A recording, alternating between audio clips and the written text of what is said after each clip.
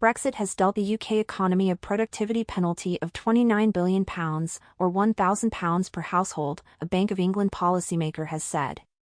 Jonathan Haskell, an external member of the bank's Monetary Policy Committee, said a wave of investment stopped in its tracks in 2016 following the vote. He said the UK had suffered much more of a productivity slowdown than other large economies because of Brexit. The Treasury said it did not recognise Mr. Haskell's figures. The Bank of England declined to comment. Mr. Haskell, who was interviewed by website newsletter The Overshoot, was asked why he thought the UK was an extreme outlier when it came to facing a slowdown in productivity. He said, "Yes, we suffered much more. A bit of that is that we have this larger financial sector. But I think it really goes back to Brexit. If you look in the period up to 2016, it's true that we had a bigger slowdown in productivity up to 2016, but we had a lot of investment. We had a big boom between 2012-ish to 2016. But then investment just plateaued from 2016, and we dropped to the bottom of G7 countries. Since the Brexit referendum in 2016, there has been a global pandemic, swiftly followed by an energy crisis, which has made estimating any financial impact directly related to Brexit difficult. Productivity penalty, but investment has stalled since the referendum.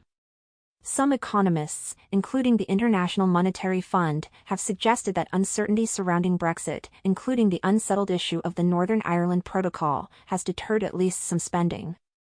Mr. Haskell said that the Brexit referendum had an impact on economic growth as a result of the reduction in trade, with the UK opting to leave the EU and its single market and secure trade deals elsewhere. He referred to a calculation to show what the UK economy could have looked like if investment had carried on growing at the rate it had been before the referendum, compared to what it is currently growing at. Mr. Haskell described the hit to the economy as the productivity penalty, which amounted to about 1.3% of gross domestic product. GDP is an important tool for looking at how well, or badly, an economy is doing. That 1.3% of GDP is about £29 billion, or roughly £1,000 per household, he added. Sir Richard Branson is among the business bosses who have suggested the cost of Brexit red tape would put them off investing in the UK. The pro-Brexit group Briefings for Business claims there is no evidence of a Brexit-related hit to investment. A Treasury spokeswoman added that since leaving the EU single market, the UK had grown faster than France and Germany. The government is making the most of our Brexit freedoms to grow the economy, including ambitious financial services sector reforms which will unlock over £100 billion of investment, and we are reviewing EU-derived rules in other critical growth sectors this year, she said. Recession warning figures released last week showed that the UK narrowly avoided falling into recession in 2022, but the bank expects it to enter one this year. A recession is typically defined as when the economy shrinks for 2 consecutive 3-month periods.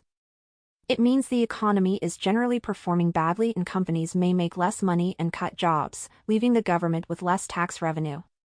The Bank of England is the UK's central bank and has a major influence on managing the country's economy. It is responsible for setting interest rates, which are at a 14-year high in an attempt to reduce inflation, the rate at which prices rise. Mr. Haskell, who has consistently voted in favor of hiking interest rates, also told The Overshoot that inactivity in the labour market was a distinctly British thing. Inactivity behaviour here looks very different to other countries. We've had a rise while other countries have had a fall, he said. Nearly 9 million people in the UK are currently economically inactive, which is where people are not actively looking for work. The government has been considering plans to coax retired middle-aged workers back into jobs in an attempt to boost the economy.